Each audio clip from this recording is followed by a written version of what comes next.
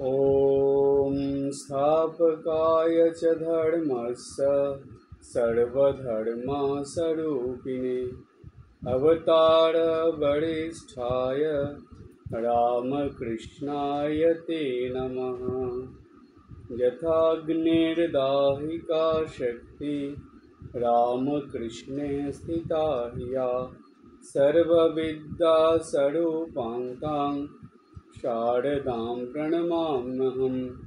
नमः श्रीयतिराजाय विवेकानन्दसूरये सच्चित्सुखस्वरूपाय शामिने तापहारिणे। ॐ नवीनां हेमगौराङ्गीं पूर्णानन्दावतीं सतीं वृषभानुसुतां देवं वन्दे राधा हरिप्रियाम्।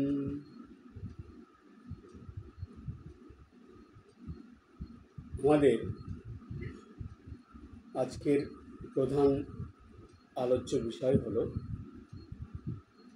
শ্রী রাধিকা স্বরূপিণী শ্রী সারদা। শ্রীমা সারদা দেবী তিনি ছিলেন সর্বদেবী স্বরূপিণী। তো সেই অর্থে রাধিকাও তো দেবী ছিলেন। তো সুতরাং শ্রী মায়ের মধ্যে রাধাভাবের প্রকাশ বেশ কয়েকবারই হয়েছে এবং আমরা এই আলোচনার মধ্যে পরপর এই বিষয়গুলো বুঝে নেব। প্রথম ঠাকুর শ্রী রামকৃষ্ণদেব, যিনি রাম হয়ে এসেছিলেন, তার সঙ্গে মা সারদা সীতা হয়ে এসেছিলেন। তো সেই রামই আবার কৃষ্ণ হয়ে এসেছিলেন, তার সঙ্গে মা সারদা রাধা হয়ে এসেছিলেন। আর বর্তমানে এই কলিযুগে যে রাম সেই কৃষ্ণ, সেই রামকৃষ্ণ হয়ে এসেছিলেন এবং সেই সীতা রাধা বা সারদা হয়ে এসেছিলেন। তো মায়ের জীবনের যে ঘটনাগুলো প্রথমে আমরা দেখব ঠাকুরের স্বীকারোক্তিতে, অর্থাৎ ঠাকুরের কথার মধ্যে সারদা যে স্বয়ং রাধা ছিলেন সেই বিষয়টা ফুটে উঠেছিল। তারপরে আমরা যাব সারদা মা অর্থাৎ সারদা দেবী, তিনি নিজের কথার মধ্যে দিয়ে এটা বুঝিয়ে দিয়েছিলেন যে তিনি স্বয়ং রাধা।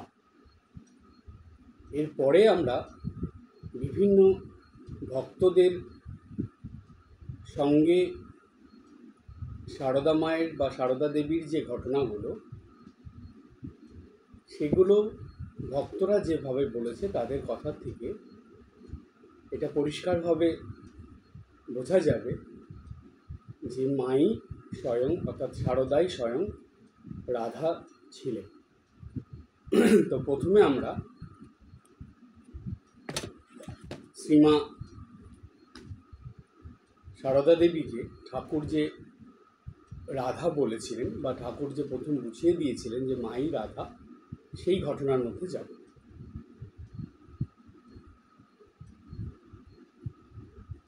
ঠাকুর বলছেন, সারদা প্রসন্নকে অর্থাৎ স্বামী ত্রিগুণাতীতানন্দজি মহারাজকে ঠাকুর মায়ের কাছে পাঠিয়েছিলেন, অর্থাৎ সারদা মায়ের কাছে পাঠিয়েছিলেন। কেন পাঠিয়েছিলেন? না, মন্ত্র নেওয়ার জন্য। ত্রিগুণাতীতানন্দজিকে ঠাকুর বলেছিলেন যে সারদা মায়ের কাছ থেকে গিয়ে মন্ত্র নিতে। যখন ত্রিগুণাতীতানন্দজি যাবেন মায়ের কাছে, ঠিক তার আগে ঠাকুর ত্রিগুণাতীতানন্দজিকে বলছেন, অনন্ত রাধার মায়া কহনে না যায়, কোটি কৃষ্ণ কোটি রাম, হয় যায় রয়।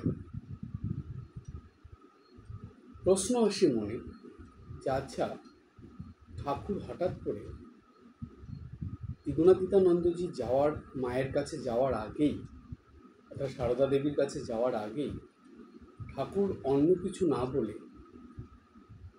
এই কথাটা কেন বললেন যে অনন্ত রাধার মায়া কহনে না যায়, কোটি কৃষ্ণ কোটি রাম, হয় যায় রয়। ঠাকুর তো এমনি বলবেন না, নিশ্চয়ই এর পিছনে কোনো কারণ ছিল। কারণ হলো, মাই যে স্বয়ং সীতা, সেই মাই যে রাধা হয়ে এসেছে এবং মায়ের যে আসল রূপ সেটা বোঝানোর জন্য, কারণ এবার তো মা অবগুণ্ঠনে ঢাকা হয়ে এসেছেন, তো এত সাধারণভাবে মা থাকতেন। সুতরাং সারদা প্রসন্ন মহারাজ অর্থাৎ ত্রিগুণাতীতানন্দজি, তার মনে তো আসতেই পারে যে ঠাকুর তিনি এরকম অবতার পুরুষ, এত উচ্চ সাধনা অবস্থায় আছেন, কোথায় তিনি দীক্ষা দেবেন তা না, তিনি আমাকে সারদা মায়ের কাছে পাঠাচ্ছেন।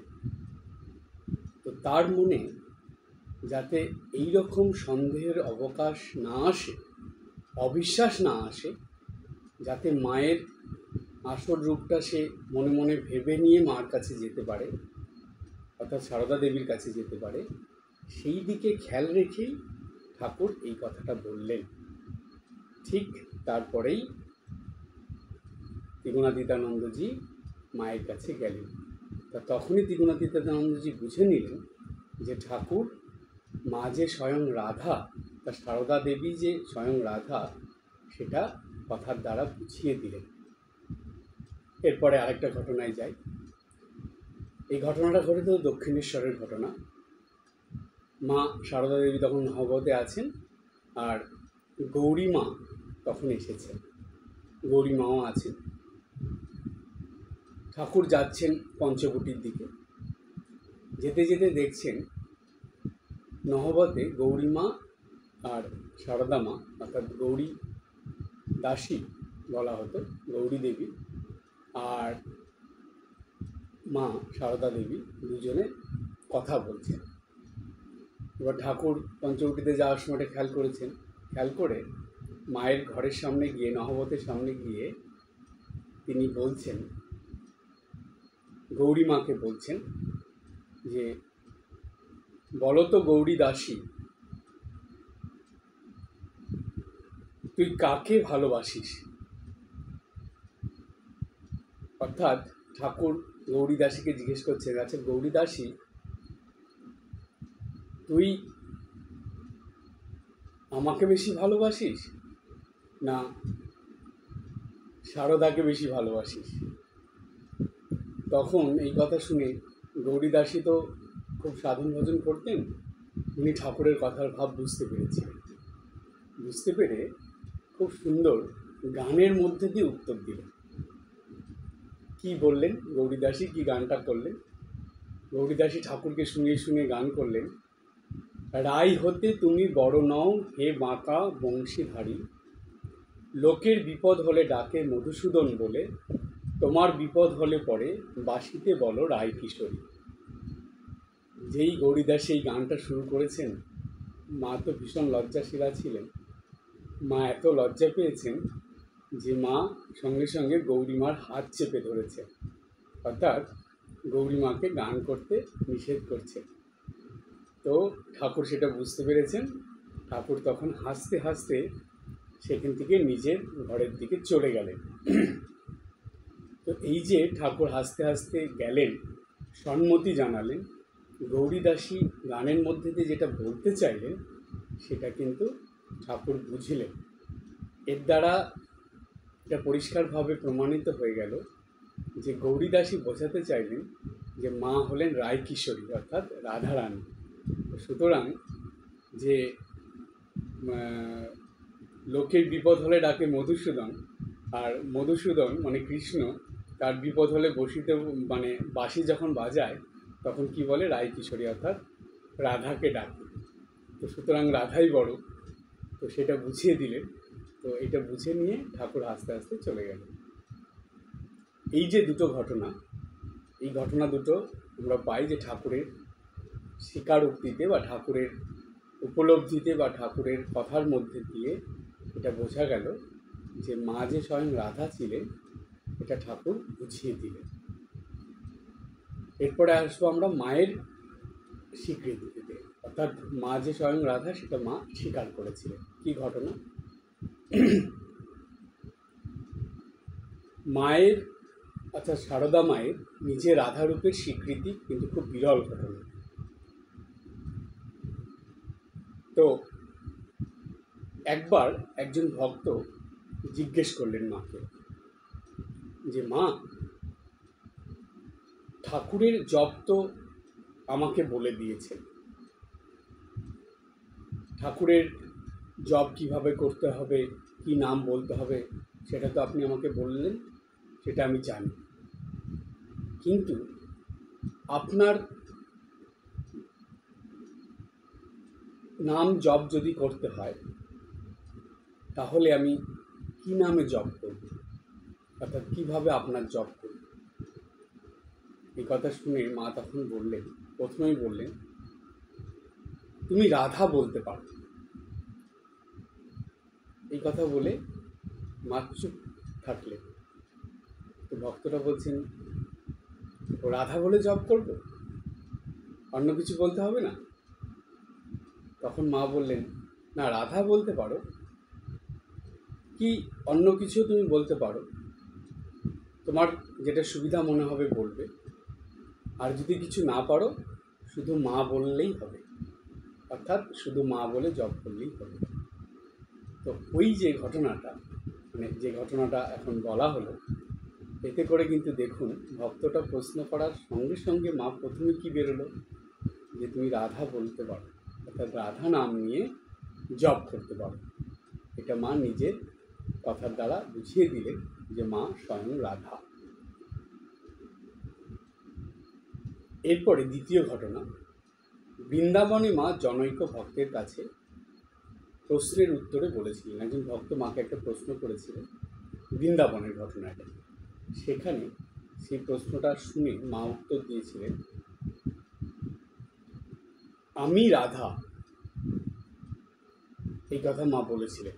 তারপরে আবার বলছেন যে তিনি যে রাধা তার মনের ভাবটা তিনি বলছেন, মানে পরিষ্কারভাবে বুঝিয়ে দিচ্ছেন। মা বলছেন যে দক্ষিণেশ্বরে রাতে কে বাঁশি বাজাতো, শুনতে শুনতে মন ব্যাকুল হয়ে উঠত,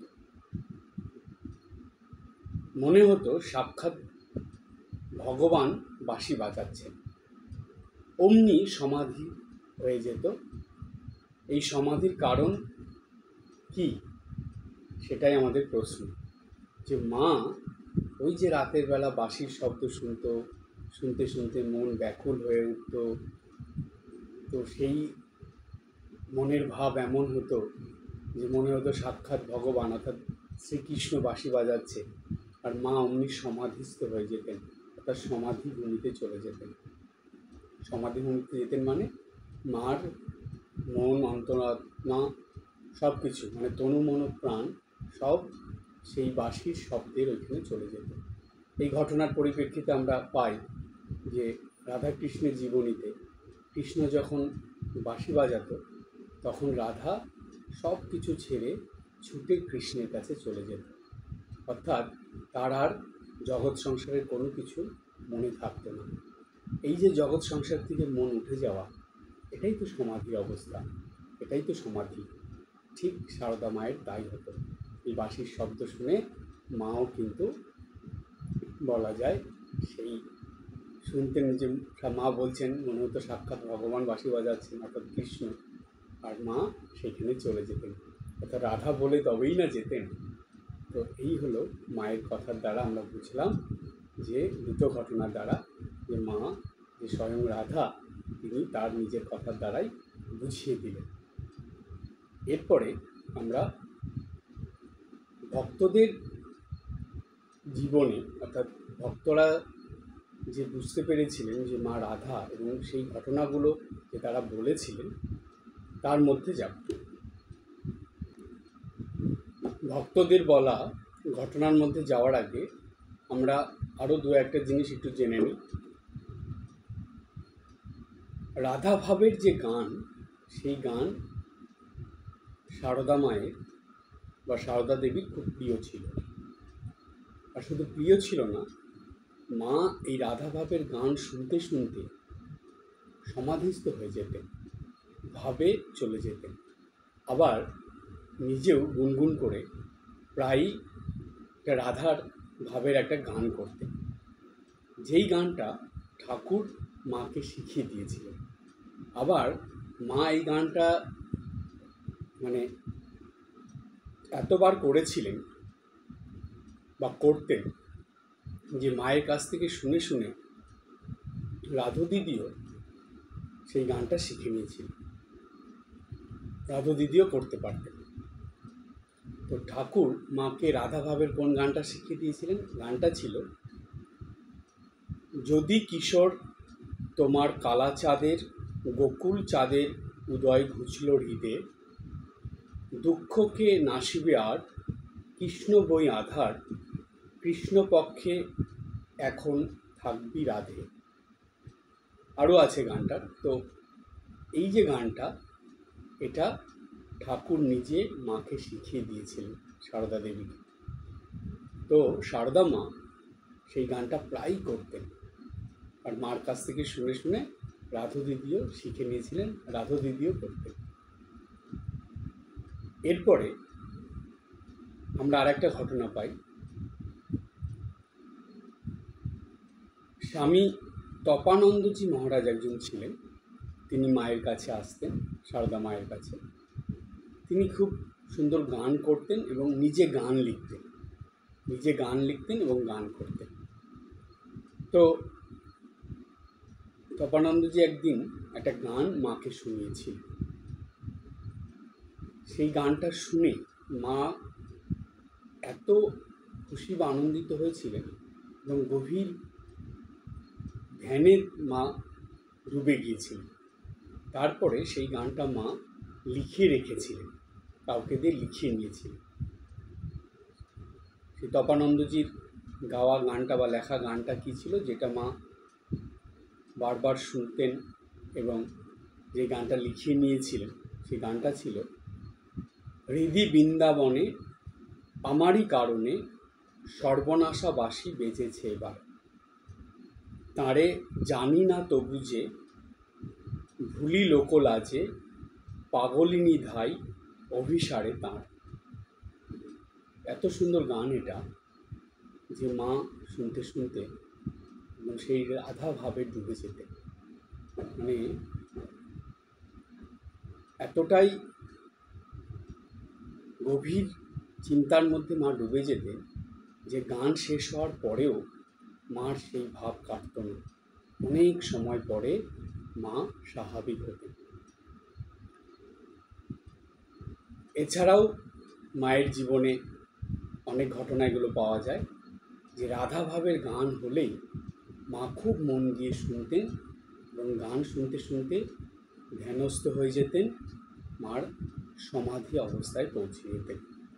এতটাই গভীর চিন্তার মধ্যে বা ভাবের মধ্যে মা ডুবে যেতেন। এখন আমরা ভক্তদের দ্বারা যে ঘটনাগুলো, যার দ্বারা মা স্বয়ং রাধা এটা বোঝা যাবে, সেই ঘটনাগুলো একের পর এক আলোচনা করব। প্রথম ঘটনা, একজন পূজারী ব্রাহ্মণ ছিলেন। তিনি শীতলা মায়ের পূজা করতেন। গৌরী মার সঙ্গে সেই ব্রাহ্মণের কথোপকথন হয়েছিল। তিনি গৌরী মাকে খুব শ্রদ্ধা ভক্তি করতেন, ওই পূজারী ব্রাহ্মণ। তো পূজারী শীতলা মায়ের পূজা করলেও খুব বিষ্ণু ভক্ত ছিলেন।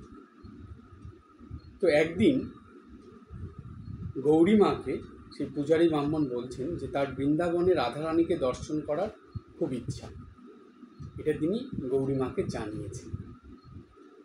তো গৌরী মা তখন সেই পূজারী ব্রাহ্মণকে বললেন যে আপনাকে আমি জ্যান্ত রাধারানী দর্শন করিয়ে আনব, দেখিয়ে আনব।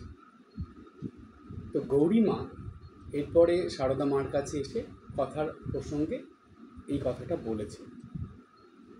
এই কথা শুনেই সারদা মা গৌরী মাকে বলছেন যে ছি গৌরী দাসী, অমন কথা কি বলতে আছে? রাধা যে চিন্ময়ী। তো গৌরী মা সারদা মায়ের এই কথা শুনে হাসলেন। হেসে সারদা মাকে বললেন যে তুমি কে? তুমিও তো চিন্ময়ী। হাসতে হাসতে এই কথা বললেন। গৌরীমার মুখে এই কথা শুনে মা চুপ করে গেলেন, আর কিছু বললেন। অর্থাৎ মা সম্মতি দিলেন, জানালেন যে তাই তো, যে চিন্ময়ী রাধা। কিছুদিন পরে কি হয়েছে, সেই গৌরীমা সেই শীতলা মন্দিরে গেছে শীতলা পূজা দেওয়ার জন্য। সেদিন আবার সেই ব্রাহ্মণের সঙ্গে দেখা। তো ব্রাহ্মণ তখন বলছে গৌরীমাকে আবার সেই কথা বলেছে যে ওই যে গৌরীমা বলেছিল যে জ্যান্ত রাধারানী দর্শন করাবে, তো সেটা দর্শন করতে চায় ব্রাহ্মণ। এই কথা শুনে গৌরীমা বলছেন ঠিক আছে, আপনি আমার সঙ্গে চলুন, আপনাকে জ্যান্ত রাধারানী দর্শন করাবে। এই কথা বলে সেই গৌরীমা পূজারীকে নিয়ে সারদা মায়ের কাছে এসে গেছে। আসার পরে গৌরীমা সেই পূজারীকে বলছেন যে ইনাকে ভালো করে আপনি দেখুন, দেখুন ইনার মধ্যেই আপনার যিনি আরাধ্যা দেবী, অর্থাৎ আপনি যাকে দেখতে চান রাধারানীকে, আপনি তাকে দেখতে পাবেন, আপনি ভালো করে দেখুন। তো মায়ের দিকে তাকিয়ে তিনি বলছেন, ওই ব্রাহ্মণ তিনি মায়ের দিকে একবার তাকাচ্ছেন, একবার গৌরীমার দিকে তাকাচ্ছেন। মনের ভিতরে একটু সংশয়, যেটা কি বলছে। তো তখন গৌরীমা বলছেন যে আপনি দেখুন না, ভালো করে ওনাকে ভক্তি ভরে প্রণাম করুন, তারপরে প্রণাম করে উঠে ওনার দিকে দেখুন। তো ব্রাহ্মণ সংশয় মন নিয়ে যাই হোক ভক্তি ভরে মাকে প্রণাম করেছে।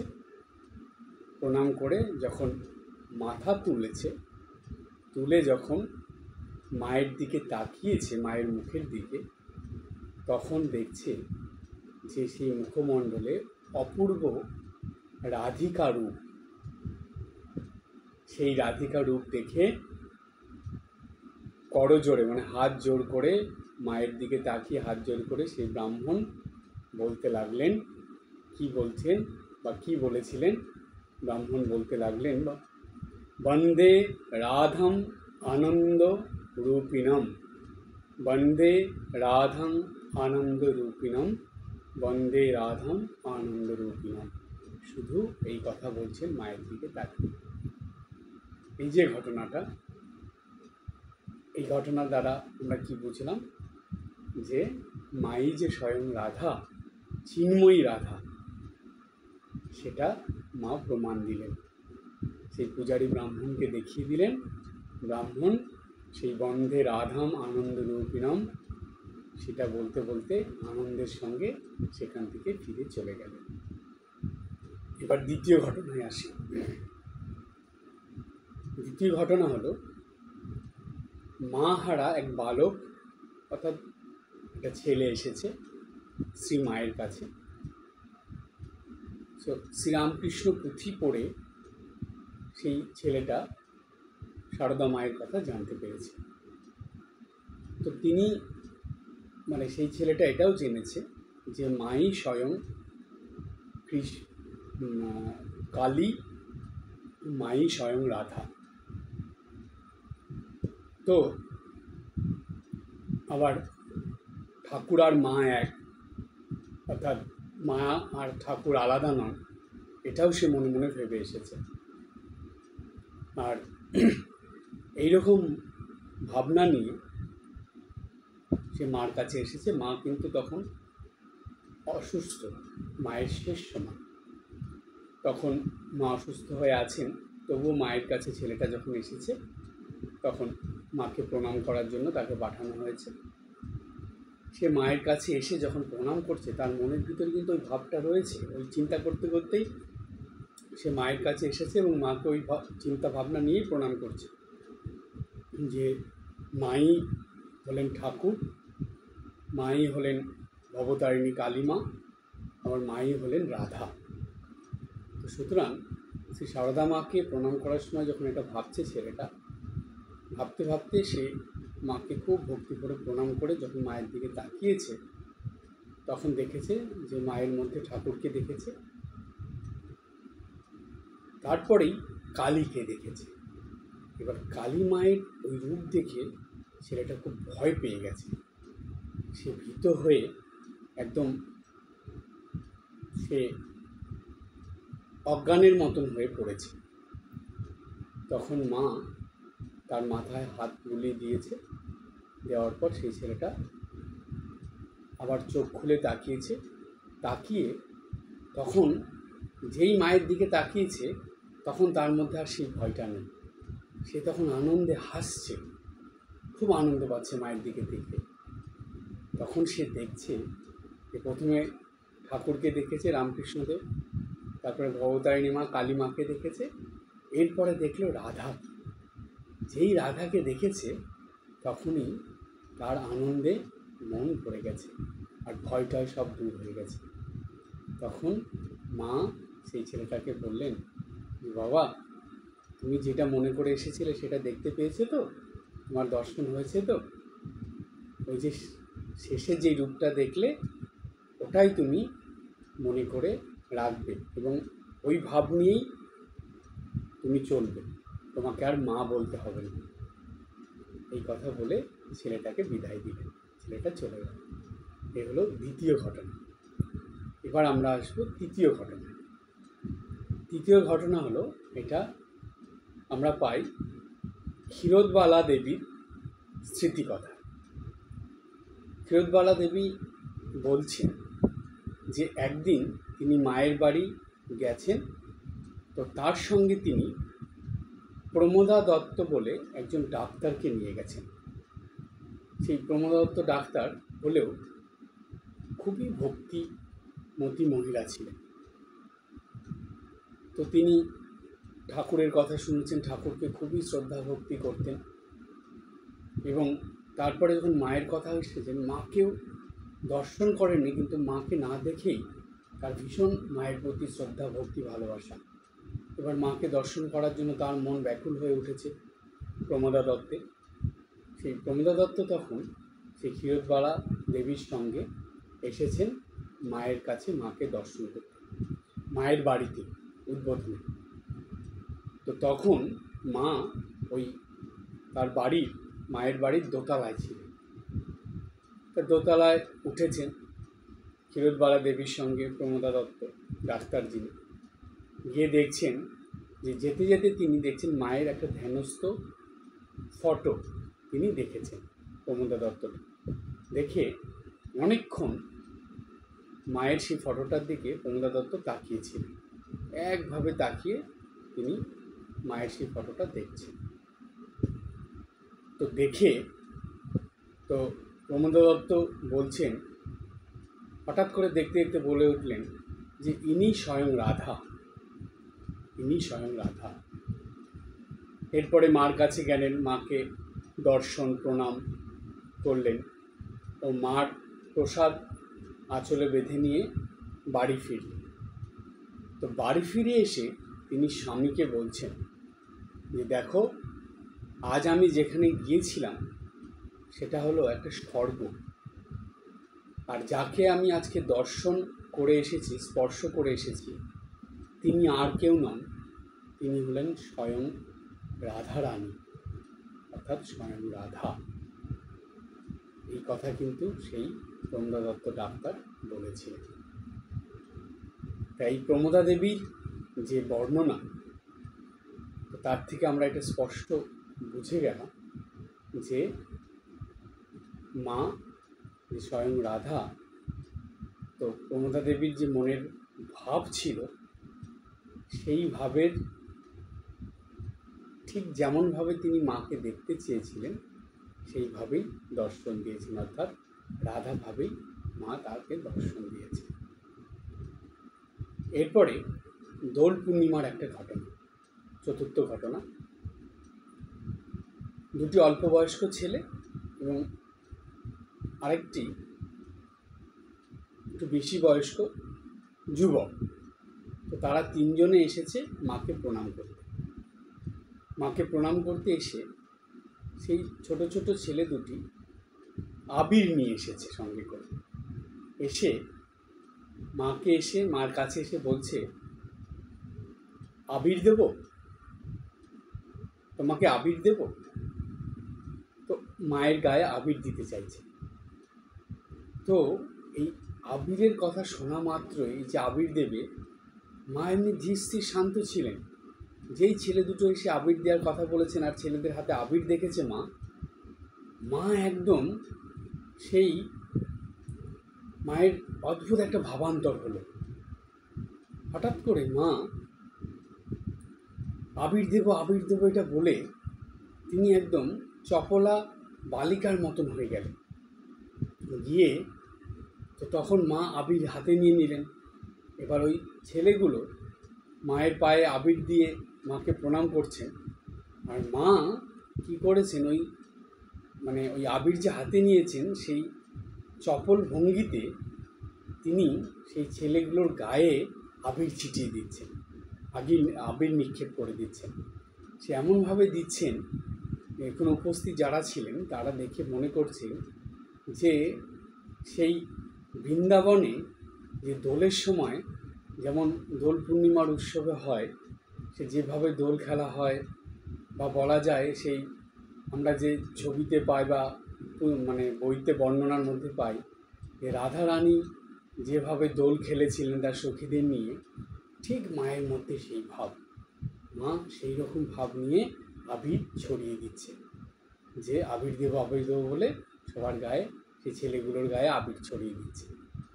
তো এই ঘটনার দ্বারাও পরিষ্কার এটা বোঝা গেল যে মার মধ্যে তখন কার ভাব এসেছিল, তখন স্বয়ং রাধারানীর ভাব মায়ের মধ্যে এসেছিল। ওই আবির দেখেই মায়ের ভাবে রূপান্তর হয়ে গিয়েছিল।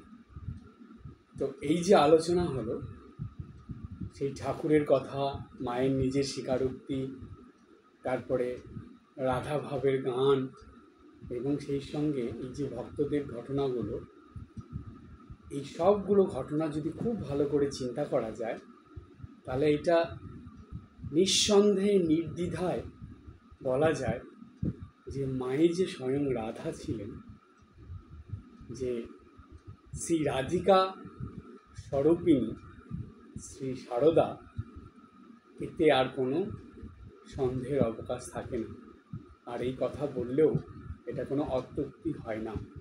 অর্থাৎ এইটা সব দিক থেকে সত্য যে মাই স্বয়ং রাধা ছিলেন। আর মায়ের জীবনের মধ্যে এইসব ঘটনার মধ্যে দিয়ে এটা পরিষ্কারভাবে ফুটে উঠেছে যে মাই ছিলেন স্বয়ং রাধা। তাই আমরা দেখি যে মায়ের যে ভাব, এবার তো মায়ের মধ্যে মাতৃভাবের প্রকাশ, কিন্তু মাতৃভাবের প্রকাশ হলেও, অর্থাৎ মায়ের ভাবটা মাতৃভাবের হলেও কিন্তু মায়ের জীবনের এসব বিভিন্ন ঘটনার দ্বারা এটা প্রকাশ পেয়েছে যে রাধা ভাবও মায়ের মধ্যে ছিল, এবং সেটা সময় সময় প্রকাশ পায়নি, শুধু সবসময়ই সেটা উদ্ভাসিত হয়েছিল। কারণ রাধার ভাব ছিল শুদ্ধ পবিত্র নিঃস্বার্থ ভালোবাসার ভাব, জাগতিক সকল কামনা বাসনা শূন্য, হিংসা বিদ্বেষ শূন্য, শুদ্ধ পবিত্র নিঃস্বার্থ ভালোবাসার ভাব। তাই মন খুব শুদ্ধ পবিত্র না হলে, স্বার্থশূন্য না হলে, জাগতিক লোভ লালসা কামনা বাসনা শূন্য না হলে এই রাধার ভাব কখনোই বোঝা যাবে না, কোনো দিনও বোঝা যাবে না। তাই শ্রীমা সারদার মধ্যে যে ভাব ছিল সেটা কিন্তু সেই রাধারানীর ভাব ছিল। কারণ আমরা মায়ের জীবনের ঘটনা, জীবনযাপন, আচার আচরণ, ব্যবহার, কথাবার্তা সব কিছুর মধ্যে দিয়ে কিন্তু এই রাধার ভাবেরই প্রকাশ প্রস্ফুটিত হয়ে ওঠে। তাই শ্রী রাধিকা স্বরূপিণী শ্রী সারদার চরণে আমাদের সকলের শতকোটি প্রণাম এবং আভূমি লুণ্ঠিত প্রণাম। আজ এই পর্যন্ত। সবাই ভালো থাকবেন, হাসি খুশি আনন্দে থাকবেন। ওম জননীং শারদাম দেবীং রামকৃষ্ণং জগদ্গুরুং পাদপদ্মে তয়োঃ শ্রিত্वा प्रणमामि मुहुर्मुहुः।